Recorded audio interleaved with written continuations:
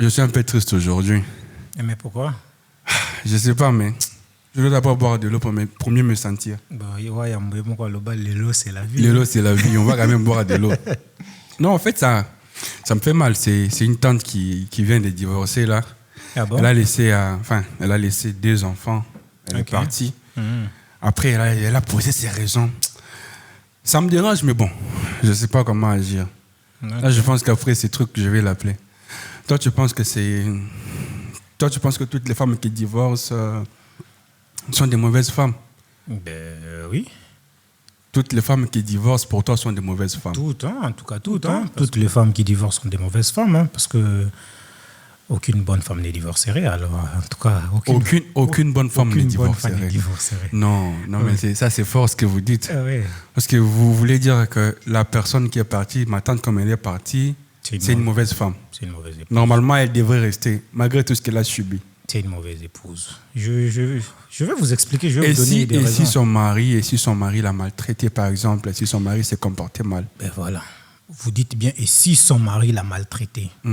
La bonne question qu'il faut se poser, pourquoi son mari la maltraite? Pourquoi son mari la maltraite? C'est ça la bonne question. Parce qu'il y a des personnes qui ne réfléchissent pas. Non. Je me rappelle d'une personne qui frappait sa femme sans raison. Lui, à chaque fois qu'il prenait la bière, il frappait sa femme.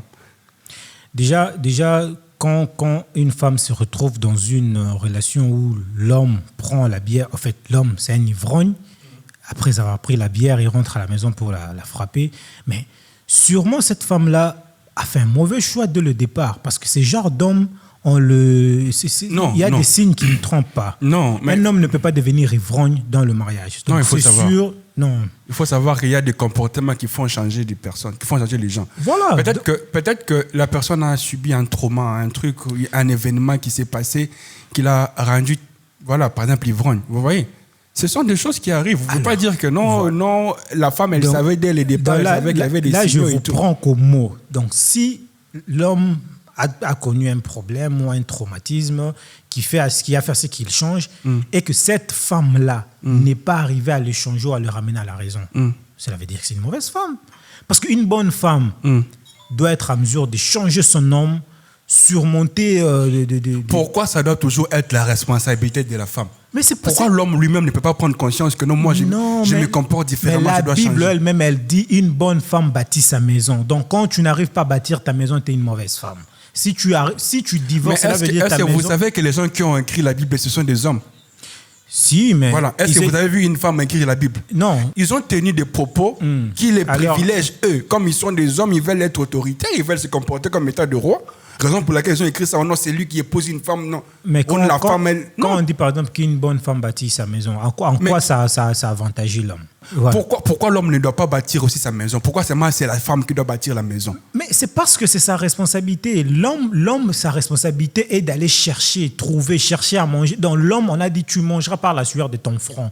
Donc l'homme, lui, il a le devoir d'aller chercher, se battre, transpirer. Mais la femme a le devoir de bâtir sa maison, de garder la stabilité de sa maison. Ça, c'est une responsabilité qui est propre à la femme. Ok, donc si une femme décide de partir... Et c'est une mauvaise. C'est une mauvaise femme. C'est une mauvaise. Mais je n'arrive pas à comprendre pourquoi vous dites que c'est une mauvaise femme. Elle a des raisons. Un mari ivrogne, un mari qui se comporte... Bon, ok, un prostitué, par exemple. Parce qu'on dit que les prostituées mâles n'existent pas. Mais on connaît des hommes qui sont des prostituées. Il va là, il est marié, mais il va se taper toutes les filles du quartier. Sa femme n'a plus le respect. On ne la respecte plus. Ah, la femme du vieux là. Pardon. On voit son mari ici qui traîne avec comme ça. Un homme qui suit des femmes ou qui traîne avec des petites copines gauche à droite a toujours une motivation. A toujours une motivation. Ça, je vous l'ai dit. Aucun homme, je dis bien aucun homme. Nous sommes entre hommes, on ne doit pas se mentir. Hein. Voilà. Je vous écoute. Allez-y, parlez, je vous écoute. Et c'est ce que j'ai dit. Donc. Moi, en tout cas, si s'agissait que de moi, je ne peux pas sortir. Moi, je ne peux pas parler de moi. Mais je vais parler peut-être au nom de ces personnes-là qui sortent. Voilà. Forcément, ces gens-là sont peut-être attirés sexuellement par d'autres femmes. Ils n'ont pas forcément des raisons fondées. Parce qu'il y a une raison. Écoute, ta femme, elle a tout ce que tu veux. Elle a des seins, elle a la poitrine, elle a tout ce que tu veux. Tout ce que tu veux, elle va te donner. Il y a toujours. Mais tu vas chercher quoi à l'extérieur? Il y a toujours. Ça ne suffit pas. Avoir. Ça ne suffit pas. Oui, avoir le corps. Tout ça ne suffit pas. C'est pourquoi vous allez sortir, aller il faut savoir manipuler ça. Il faut savoir gérer ça. Oui. Non, je vous dis. Oui. Il faut savoir gérer ça. Il ne suffit pas seulement d'avoir tout ça. C'est un peu comme la RDC qui a le minerai. Ça ne suffit pas d'avoir le minerai pour faire des voitures électriques. Vous voyez, il faut avoir l'usine, il faut avoir des... Donc, l'usine, ce sont des petites filles là au coin, même si je suis marié. Je parle de la femme, je parle de cette femme-là mariée. Ok. Donc, tu es belle, tu as tes rondeurs, tu as tout ce qu'il faut. Elle est aussi intelligente, elle a tout ce qu'il faut. Parce que, attention. Il faut maintenant entretenir ça. La femme doit comprendre que quand on te marie, le challenge ne s'arrête pas là. Donc, elle doit toujours se challenger chaque jour. Chaque jour, le mariage, c'est un challenge parce qu'il y a beaucoup de combattantes dehors. Sérieux. Ok. Il y a beaucoup de combattantes dehors. Ça, je le dis toujours même à mon épouse. Donc, ce n'est pas le fait que tu es déjà à la maison. Donc, si ta femme commence à se délaisser un tout petit peu, même si elle est fatiguée, parce qu'attention, elle travaille trop. Je lui dis. Quand elle reste à la maison, elle travaille trop, elle est fatiguée. Elle est obligée de faire quoi? Je fais un rappel à l'ordre. Je fais l'appel à la conscience. Je lui dis, madame, tu vois comment tu es en train de te délaisser. Non, ça c'est une technique de manipulation. Là, c'est comme si tu manipules ta femme. Elle est par exemple fatiguée. Ça fait des semaines qu'elle a travaillé, elle a aidé des enfants. Elle est là, elle repasse tes habits. Elle est là, elle arrange la maison. Elle est là, elle fait tout. Toute chose, c'est elle qui s'occupe de ça. Prenons par exemple le cas d'une femme qui n'a pas forcément quelqu'un pour l'aider. Pas de bonnes, pas de trucs. Elle s'occupe de tout seule. Elle est fatiguée. Elle peut se laver normalement. Mais est-ce qu'elle elle doit toujours mettre le make-up, elle doit toujours s'habiller sexy? Ça change. Ça coûte quoi? Ça coûte rien. Si, ça coûte quelque chose. Ça peut fatiguer. Vous savez, les femmes, par exemple, moi, je vais vous dire une chose. Non, les femmes ne se fatiguent jamais de se faire 85% des femmes te diront que non, je n'aime pas porter de soutien. Ça me sert, ça me met mal à l'aise. 85% des femmes te diront ça. Mais par exemple, tu as par exemple ta femme qui a déjà des seins qui sont tombés. Toi, tu veux que sa poitrine soit un peu bombée. OK? Mais tu la trouves à chaque fois, elle ne met pas ces trucs-là. Quand tu sors à l'extérieur, tu vois ces petites-là qui mettent des soutiens qui font bomber leur poitrine. C'est aussi une raison d'aller... Non. Vous savez, quand on épouse une femme et qu'elle vous fait déjà les enfants, les facteurs seins, debout, là, on n'en compte plus. Non, là, on n'en parle même plus, ce n'est même pas vraiment une raison parce qu'on a des fois la caméra ou bien... Non, je vous dis vrai. Ça, je vous dis, ça, c'est mon cas. Ce n'est pas parce que ma femme a fait un enfant, ou 2 enfants, ou 3 enfants, que, voilà, sa poitrine doit être une raison pour moi d'aller voir ailleurs. Non.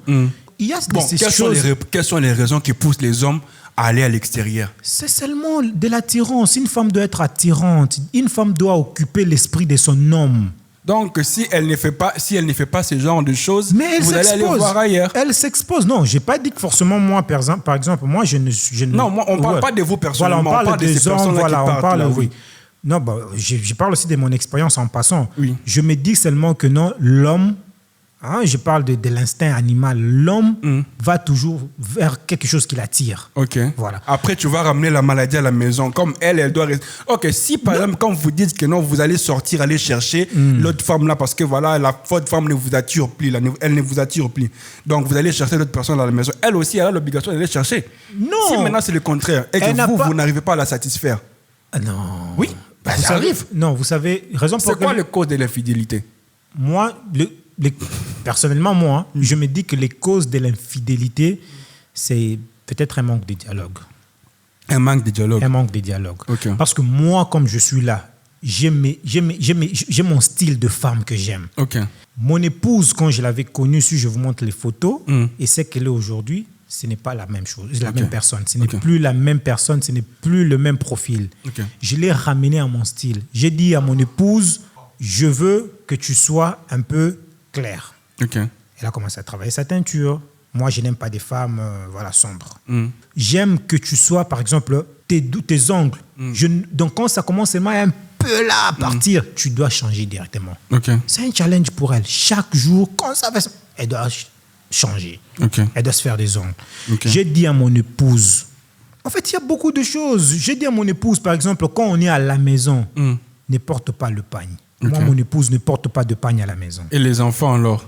Pardon? Les enfants, quand ils sont là, ils vont voir leur maman en train de se trembler avec une petite culotte. Mais ça fait quoi? C'est leur maman. C'est leur maman. C'est leur moment, ça fait Non, quoi? mais dans la culture africaine, nous, on n'a jamais vu nos mamans se trimballer avec des petites culottes dans les salons, non? Pourquoi je dois subir le pagne à la maison? Pourquoi je dois voir ça? Je me demande pourquoi. Mais c'est pour sécuriser les enfants, par exemple. Non, les enfants sont les enfants. Les enfants ne deviendront jamais les maris on le sait très bien. femmes. On ne parle pas du mari ou quoi que ce soit, mais seulement pour protéger ces enfants-là, pour le respect d'abord de sa propre personnalité en tant que femme. Non, elle n'est pas nue. Elle n'est pas nue. Si elle met une culotte ou elle met peut-être une robe qui est moulante ou un collant, je ne vois pas, ce n'est pas de la nudité. Dans la Bible, on interdit juste que les enfants voient la nudité de leurs parents. Ok. Mais déjà, en tant qu'Africain, la manière dont on nous a élevés, c'est même peu probable de voir un papa ou bien une maman nager avec ses enfants dans la piscine. Non, ça c'est sûrement vous parlez un peu des années 2000, peut-être 2000 ou 2001. On est en 2023. Ok. Non, sérieux, on est en 2023. On est maintenant. Donc vous êtes partisan du progrès. Bien sûr, mais la technologie, elle est à nos côtés. Nous vivons dans la technologie. La 5G, elle est là. La 4G, elle est là. Quelque chose qui se passe aux États-Unis à la minute. Vous l'avez ici. Voilà, donc c'est pour vous dire que non, la mode, la culture, toutes ces histoires-là, c'est plus des histoires qu'on écoute ou qu'on doit payer beaucoup pour être pour être informé ou entrer en possession de toutes ces informations-là. C'est des trucs qu'on voit chaque jour. Okay. Donc, je me dis que nager, toutes ces histoires, c'est devenu normal. Ce n'est plus un tabou comme à l'époque. Même la culotte, collant, maman a porté ça, ce n'est plus quelque chose. Ce n'est plus un tabou. Vous êtes sûr de ce que vous dites? Bien sûr, on est à Kin. Jusqu'à là, non, ne nous parlez pas de la culture européenne que les Africains ont ramenée ici. Ça, ce sont des gens qui ont vécu en Europe. Peut-être certains sont nés, grandis là-bas, ils sont revenus ici avec cette culture-là, et puis vous voulez normaliser ça. Ça, c'est normaliser ce qui n'est pas dans notre culture. Voilà, ce qui est vrai que nous ne pouvons pas échapper à la culture ou à l'influence européenne. C'est vrai qu'on on prend pas tout, on prend un certain pourcentage. On a constaté. Mais on prend toujours. On a constaté. La majorité, par exemple, vous prenez des mauvaises choses. Non, par exemple, comme tu es là, tu es bien habillé, un polo, tu sais que ça, c'est l'Europe. Là, tu es là en ligne, tout ça, l'émission. Non, mais. C'est que culture, ma béga, on a collant, on a kilote, mais polo, rien. Non, mais non, non.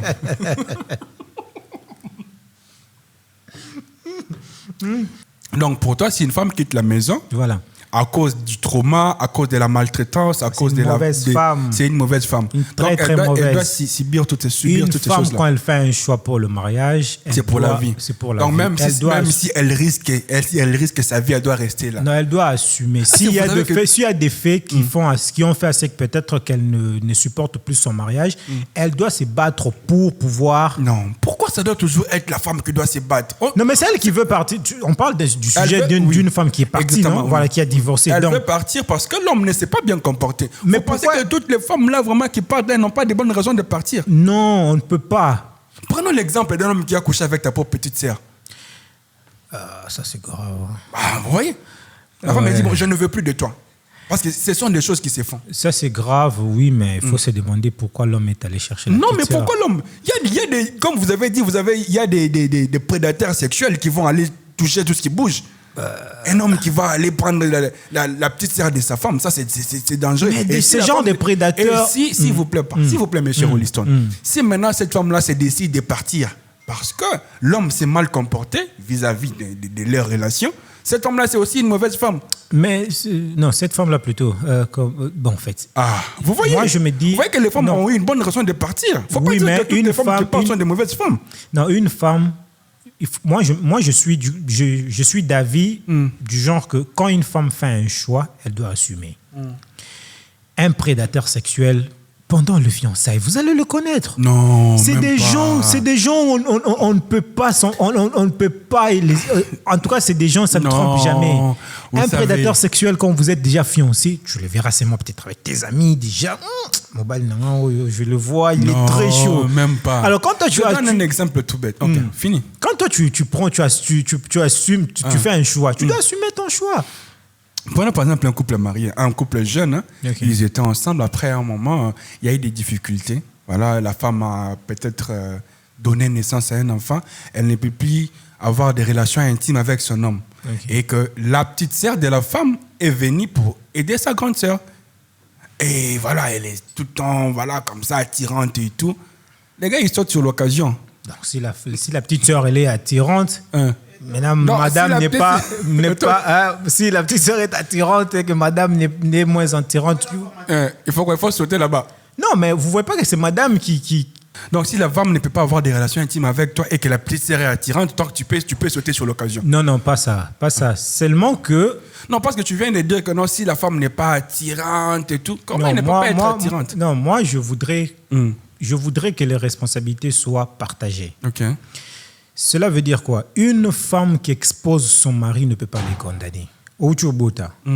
Avec tout ce qui est Robota, madame, comment tu vas aller prendre une petite sœur attirante, sexy, mettre à la maison? Du moment où on sait que l'instinct animal de l'homme est naturellement infidèle. Non, moi je dis... Là, c'est soutenir ces hommes-là qui font ces bêtises-là. Non, seulement qu'il faudrait que les femmes aussi comprennent qu'ils doivent protéger les hommes. Il ne faut pas exposer l'homme. L'homme est faible naturellement. Moi, je ne suis pas faible. Moi, la petite sœur de ma femme, si elle vient à la maison, jamais, il n'y aura pas des... Même si elle est craquante, jamais. Mon frère, je te dis... Marvel, je te dis que... Aucun homme sur cette terre, je dis bien aucun homme sur cette terre. Sauf moi. Faut mettre une exception.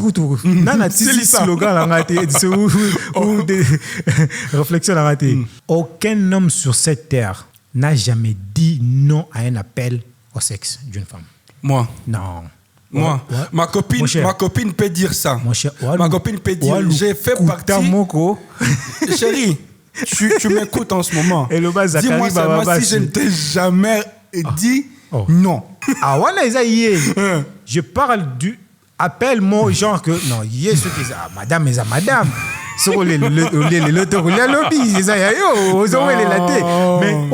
Mais tu sens, moi, tu te dis que non, ça, c'est une occasion unique, mon cher. Ça, c'est un instinct animal. Non, ça, c'est encourager ces gens qui font ces bêtises-là. Non, seulement que... Moi, je ne peux pas être d'accord. Il ne faut pas qu'on expose l'homme. L'homme est faible naturellement. Surtout tout ce qui est sexuel. C'est pas tous les hommes. Il ne faut pas tous les hommes. C'est pas tous les hommes. En tout cas, s'il vous plaît. Parce qu'on dit toujours, dans la généralité, il y a toujours des exceptions. Des hypocrites. Non, c'est pas de l'hypocrisie. Non, moi, je parle... j'assume. Vous parlez au nom de tous les hommes. J'assume. Je suis homme. Vous assumez vos propos. Tous les hommes, très dangereux ce que vous dites, hommes monsieur. sont faibles devant le sexe féminin. Aucun homme ne peut refuser la Sauf moi. Je n'ai jamais été faible. Comme je l'ai toujours dit. Comme je l'ai toujours dit. Moi, j'ai toujours été discipliné. En fait, le problème, c'est quoi? Les gens qui font toutes ces bêtises-là, qui vont aller sauter sur tout ce qui bouge, ce sont des gens qui ne sont pas disciplinés. Un homme discipliné, s'il vous plaît, laissez-moi aussi finir. Vous avez parlé. Un homme qui est discipliné, qui se respecte, qui sait qui il est, voilà, qui connaît sa valeur. Je ne pense pas qu'il aura le temps d'aller faire toutes ces bêtises-là. Même devant Cléopâtre, il aura des retenues. On a vu des gens qui ont résisté. Il y a eu Joseph, même dans la Bible, si on doit entrer même dans la Bible, il y a eu des gens qui ont résisté. Non, ça, c'est des choses qu'on connaît. Mais moi, je te dis que chaque personne dans sa vie a toujours des secrets. Okay. L'homme... non, mon frère. Non, mais je dis la vérité. Aucun homme ne peut dire non. En fait, si une femme se met sur ton chemin, veut te séduire, coucher avec toi, elle le fera. La troisième fois, tu vas tomber. Jamais. Parce que l'homme est naturellement faible. L'homme est naturellement faible. Raison pour laquelle la femme doit protéger l'homme, n'est pas l'exposer. Donc, ce qui veut dire que, na petite sœur non a parlé, sa petite sœur non a l'accès mbalomi pendete, a l'accès motolute, a l'accès, voilà, tout ce qui excite l'homme. Parce que l'homme, il est naturellement faible. Okay. Tu vois. Donc, il faudrait protéger, c'est un sujet là qu'on avait débattu, si tu as dit, il faut protéger les enfants, voilà, baba l'accès bangote, satanisme, voilà, c'est comme ça. L'homme aussi, on doit le protéger vis-à-vis à ce qui est sa faiblesse. Okay. La femme aussi, il faut la protéger vis-à-vis de ce qui est sa faiblesse. Je te dirais aussi, aucune femme sur cette terre ne peut dire non devant l'argent. Aucune femme sur cette terre. Bon, je peux être d'accord avec vous. Toute femme sur cette terre a un prix. Ok. Toute femme sur cette terre a un prix. Là, je suis d'accord avec vous. Mais il faudrait savoir aussi que ce n'est pas toutes les femmes. Hein. En tout cas, toutes les femmes sur cette terre. Il y a des exceptions. Non, mon cher. Attention, vos propos sont très, très, très, très, très tranchants. Toute femme sur cette terre a un prix. S'il vous plaît. Moi, je connais, en tout cas, je connais des femmes qui Un président, je dis bien un président de la République, cette femme a dit non. Peut-être que prix n'est présidenté. Que prix n'est Prix n'est peut-être Elon Musk. Mais je vous dis, peut-être prix n'est 1 milliard de dollars au Tcheleka Boué. Et si One shot. Atalika Bouatali Boué. Ah, papa Yaka. Je vous dis. Non, je vous dis. Moi, je suis réaliste. Nalingate, sentiment. Non, les gens qui font des émissions, il y a sentiment. Non, il faut être réaliste. Quand il faut parler, il faut parler. Il faut dire la vérité. On éduque la masse. On n'est pas à l'église pour chuchoter des gens, voilà, caresser les gens, cacher certaines histoires. Non, il faut dire la vérité. Le jeune, il y a le baby est belé par rapport, il y a on ne dit pas la vérité aux jeunes. Moi, je vous dis que non, tout homme ne peut pas refuser une offre sexuelle d'une femme. Je vous dis, mon frère. Et toute femme a un prix. Je dis bien a un prix. Ceux qui ont 1 million, peut-être prix ils ont 10 millions. Ceux qui ont 10 millions, peut-être ils ont 1 milliard. Ceux qui ont 1 milliard, peut-être ils ont 250 milliards. Mais au moins, il y a un prix. Prix, on a... Les femmes... Bon, c'est pas moi, oui. C'est lui qui parle, c'est pas moi en tout cas. J'espère que Bozo on a peut-être au petit mot peut-être il y a Ngaba, prix n'est peut-être $10. Vous payez $10. Tu l'as. Un petit mot au Gombe. Peut-être moi 300 mois 200. Nous tout le monde a influenceuse voilà tout ce qui va avec. On peut se attaquer influenceuse influenceuse avec 500 aux autres. Tout ça tout qui na vie tout monde tout na ba massa tout monde comment mon chien na pour ça influenceuse wana moi c'est peu azongi mon frère ngana chiki moi 500 jeux dans l'équipe tu vois. Mais voilà, mais il y a certaines femmes prix naé par exemple elle se dit par exemple que non bon prix nangai non on a mobali oyo tu vois peut-être certaines femmes aussi c'est l'amour, par exemple. L'amour sincère. Non, l'amour sincère, ils ont appris. Moi, si au-delà de l'amour, elle a toujours un prix. Moi, je vous dis, parce qu'une femme, tout le monde en a, non? Une femme peut être avec toi par amour, mais par exemple, elle couche avec quelqu'un d'autre, par exemple, parce que après ça, elle prendra soin d'elle, voilà, des histoires comme ça. Donc, je voudrais juste vous faire comprendre. Quand je parle du prix, c'est par rapport à l'acte sexuel. Voilà. Je parle bien de l'acte sexuel. Genre que non, chaque femme a au moins un prix où elle se dit que non, en tout cas, au prix aussi bâti. Mais moi, en tout cas, la nature, la réalité, les études m'ont appris vraiment que dans chaque chose, il y a toujours des exceptions. C'est ce que moi, je peux dire.